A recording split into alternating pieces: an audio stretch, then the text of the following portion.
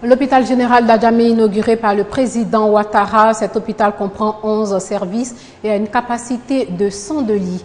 Les épreuves écrites du BTS se poursuivent. Plus de 54 000 candidats ont composé hier en technique d'expression et en anglais. Et puis Israël entend élargir ses opérations militaires à Gaza si le Hamas rejette la trêve proposée par l'Égypte. Bonjour à tous et bienvenue dans ce journal. L'hôpital général d'Adjamé a été inauguré hier par le chef de l'État Alassane Ouattara, un hôpital réhabilité grâce au programme présidentiel d'urgence. Ce centre de santé comprend 11 services et a une capacité de 102 lits. L'événement a malheureusement été terni par l'effondrement d'un balcon non loin de l'hôpital général d'Adjamé. Au moment même où le président inaugurait le centre de santé, on dénombre plusieurs blessés. Des blessés qui ont été évacués au CHU de Treichville et au CHU de Yopougon. Des personnes couchées au sol. Elles se tordent de douleur. Elles sont tombées du haut de ce bâtiment, montées à l'étage à poursuivre la cérémonie d'inauguration de l'hôpital général d'Adjamé. L'immeuble vétuste s'est en partie écroulé. Bilan, plusieurs blessés et parmi eux des enfants. Une scène tragique. Il a quoi? C'est cassé là, complètement. Oui. Certaines victimes évacuées au CHU de Yopougon par les secours. Au service des urgences, les médecins sont à pied d'œuvre pour les premiers soins. La majorité sont des blessés légers qui vont nécessiter quelques soins, des pansements, et on pense que d'ici la fin de la soirée, la majorité serait rentrée à la maison. La difficulté, c'est que les parents nous envahissent, et ce qui rend le travail assez pénible. Le maire de la commune d'Adjamé, Youssouf Silla, commune dont est issue la majorité des victimes, est venu s'enquérir de la situation. Il était de mon devoir d'être présent ici parce que c'est pour nous que cette population était sortie. Donc nous pensons que tout va s'arranger et que les parents peuvent rentrer sans crainte. Il n'y a pas d'inquiétude. Personne n'a une blessure grave, mais seulement des blessés légers. Ces blessés sont pris en charge gratuitement. D'autres bénéficient également des mêmes soins au CHU de Treichville. Les candidats du BTS sont à leur deuxième jour de composition. Ils sont plus de 54 000 à affronter les épreuves écrites. Hier, les candidats ont composé en technique d'expression française et en anglais. Selon notre équipe de reportage, tout s'est bien passé. Des sacs rangés minutieusement. Certains à même le sol, d'autres sur une table. Des candidats face à leur copie. Nous sommes au CBCG, Centre de bureautique, de gestion et de communication dans la commune de Cocody. Dans cette salle, des candidats à l'examen du brevet de technicien supérieur BTS, filière assistanat de direction.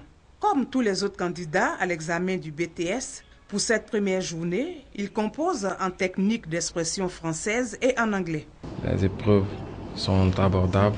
Le sujet que je suis en train de lire d'ailleurs, qui parle déjà de la publicité, déjà, on connaît un peu les inconvénients et les avantages de la publicité. Nous trouvons le sujet abordable. Ça va, c'est bon pour le niveau. On n'est pas trop stressé et les épreuves ne sont pas aussi difficiles que ça. En tout cas, dans l'ensemble, c'est bon. Et pour les responsables du centre CBCG Cocody 1, aucun incident n'a été relevé. C'est un calme plat, les enfants sont vraiment assidus, il n'y a pas de bruit, ça se passe bien. Les épreuves étaient prévues pour 7h30. Donc, comme c'est le premier jour, avec la recherche de centre pour les candidats, nous n'avons commencé qu'à 7h50. Les surveillants sont venus à temps, donc nous avons commencé les premières épreuves sans problème. Après Cocody, cap est mis sur la commune du Plateau. Ici, il est un peu plus de 11 heures à l'Institut de formation professionnelle et générale, IFPG. Les candidats à l'examen du BTS filière mine et géologie viennent de terminer la première épreuve. L'heure est à présent aux commentaires. Le sujet de français a été abordable. Il est plus qu'à ce que le reste des sujets soit abordable. À côté, d'autres candidats se restaurent. On a tourné un peu à côté, il n'y a rien, donc c'est le gars qui peut nous sauver. Donc ils sont venus comme ça pour manger un peu. Et en attendant la deuxième épreuve qui est anglais. On commence à 14h. Les candidats à l'examen du brevet des techniciens supérieurs BTS session 2014 sont au nombre de 54 698 répartis sur toute l'étendue du territoire national. Et ces épreuves écrites durent 5 jours. C'était un reportage de Grâce à Kando. Les habitants du sous-quartier Mosikro Santé 3 dans la commune d'Atekoubé ont reçu la visite d'une délégation composée du ministre du Pétrole et du chargé de mission à la présidence. Ces derniers ont apporté leur soutien aux musulmans et aux chrétiens qui habitent ces quartiers précaires. Le reportage de Franck Quadio. Mosikro Santé 3, au loin des habitations détruites, elles étaient logées sur ou au flanc des collines. Celles-ci avaient été entraînées dès le début du mois de juin par de réguliers glissements de terrain causant la mort de plusieurs personnes. Ce site classé risqué, le gouvernement a procédé récemment à la destruction de plusieurs habitations situées à proximité de ces collines. Victimes directes et collatérales, plusieurs familles aujourd'hui sans logis qui en cette période de mois de Ramadan éprouvent quelques difficultés. C'était dit qu'on devait faire ça au moins à 10 mètres de la colline. Mais finalement, ce qu'ils ont pris, ça vaut au moins 30 mètres de colline. Vraiment, pour nous, c'est trop. Une visite alors pour apporter soutien et réconfort à ces familles. Elle est initiée par Ouattara Lassina, chargé de mission à la présidence, appuyé par le ministre du Pétrole, Adama Tounkara. Il y a eu des morts ici et vraiment, ça me fait mal au cœur. Donc je suis venu ici pour donner le soutien à mes frères musulmans et mes frères chrétiens. Les populations en ont profité pour faire un message à l'endroit de M. le Président de la République. Ils ont exprimé leur reconnaissance à M. le Président de la République et lui ont demandé aussi de voir les voies et moyens pour que le déménagement qui va s'opérer se fasse dans la douceur. Une requête qu'a promis soumettre la délégation aux autorités compétentes. Notons par ailleurs que cette action de Ouattara Lassina n'est que le point de départ d'une caravane qui sillonnera plusieurs quartiers défavorisés à Abidjan, mais aussi à l'intérieur du pays durant la période du Ramadan.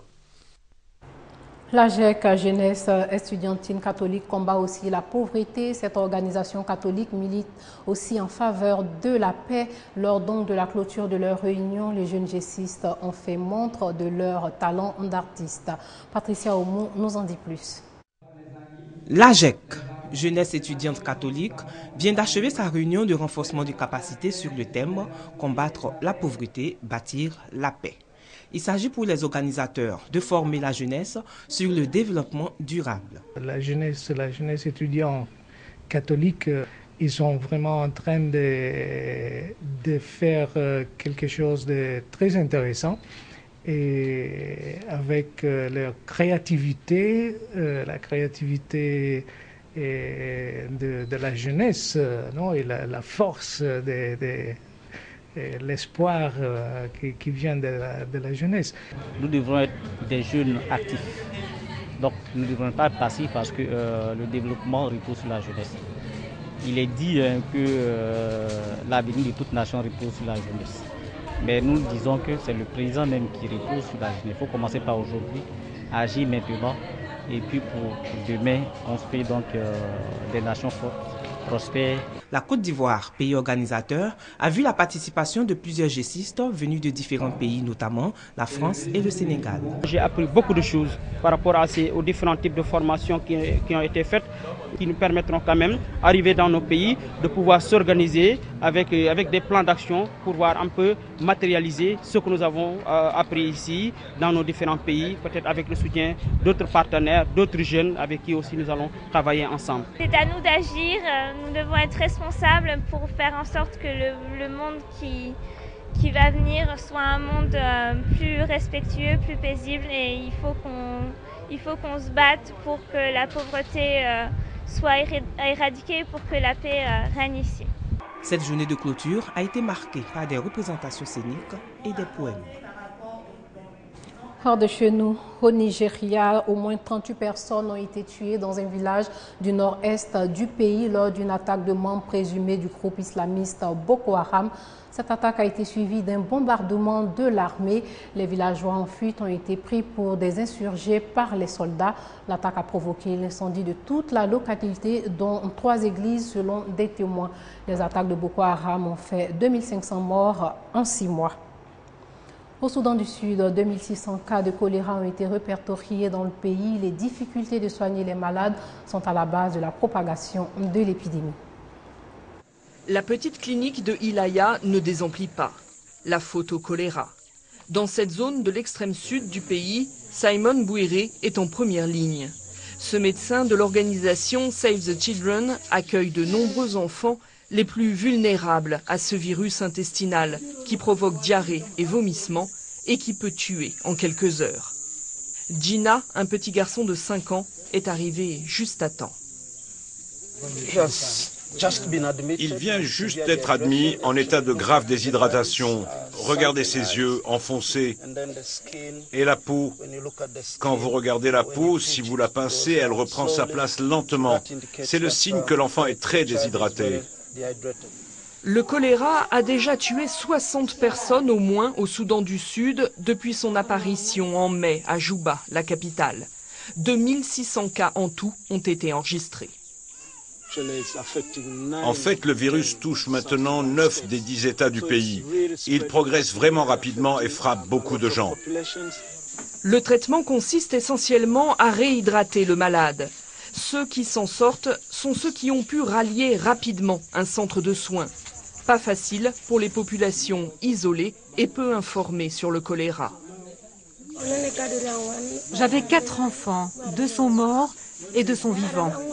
C'était la même maladie. Celui-là va bien maintenant. S'il n'y avait pas eu les médicaments, lui aussi serait déjà mort. Les autorités craignent maintenant que le choléra gagne les camps de déplacés. 80 000 personnes y vivent.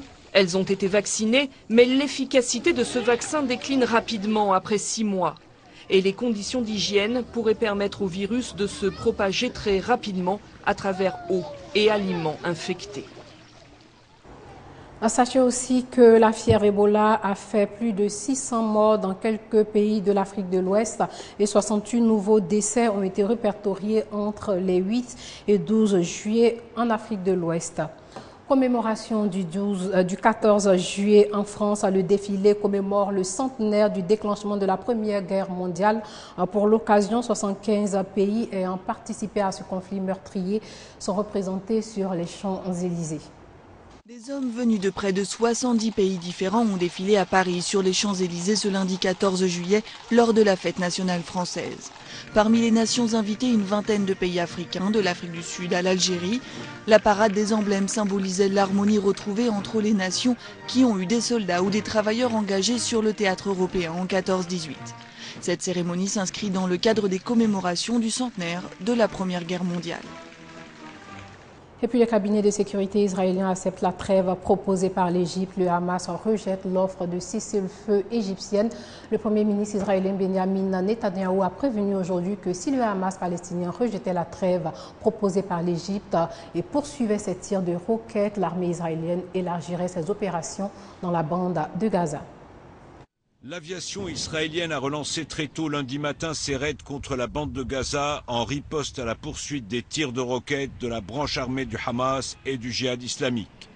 Même si Tsahal affirme tout faire pour éviter les victimes civiles, les destructions se font immanquablement au détriment de la population. Selon une source de l'hôpital européen de Gaza, 4 Palestiniens ont été tués à Khan Younes lors de ces attaques. Israël, qui accuse les Palestiniens d'utiliser les mosquées comme dépôt d'armes, a également frappé la mosquée An-Nour de Deir el-Balah, sans toutefois faire de victimes. Au 7e jour de l'offensive, bordure protectrice, ni les propositions de médiation américaines, ni les appels de la France et de l'Allemagne à la retenue et à un cessez-le-feu n'ont réussi à faire taire les canons. Je ne vais pas dire ici et maintenant comment et quand notre but sera atteint, que ce soit par des moyens diplomatiques ou militaires, mais nous devons l'atteindre. Nous devons restaurer le calme pour notre peuple de manière durable. Sous la menace d'une intervention au sol qui semble pour le moment encore en suspens, la population a été poussée par messages téléphonés et tracts héliportés à évacuer la zone frontalière du nord entre Gaza et l'État hébreu. Ils sont plus de 17 000 à avoir fui le nord du territoire en voiture, à dos d'âne ou en charrette, pour trouver refuge dans des zones plus à l'abri des bombardements. J'ai pris juste quelques vêtements et je me suis enfuie avec mes enfants par peur des frappes. J'ai un peu d'eau et de nourriture, le minimum indispensable. Alors que la Ligue arabe réclame à son tour une protection internationale pour les Palestiniens, l'Arabie saoudite a annoncé une aide d'urgence de 40 millions d'euros destinée au Croissant Rouge palestinien de Gaza. Eh bien, la trêve n'est plus observée. Nous venons d'apprendre qu'Israël a repris ses frappes sur Gaza. Et puis, avant de nous dire au revoir, sachez que le président français effectuera une visite d'État en Côte d'Ivoire les 17 et 18 juillet prochains. Assalfo, leader vocal du groupe Magic System, et l'invité du président François Hollande. C'est une première pour un artiste africain de recevoir une telle invitation d'un chef d'État français. Voilà, c'est tout pour ce midi. Prochain rendez-vous de l'information, 19h30.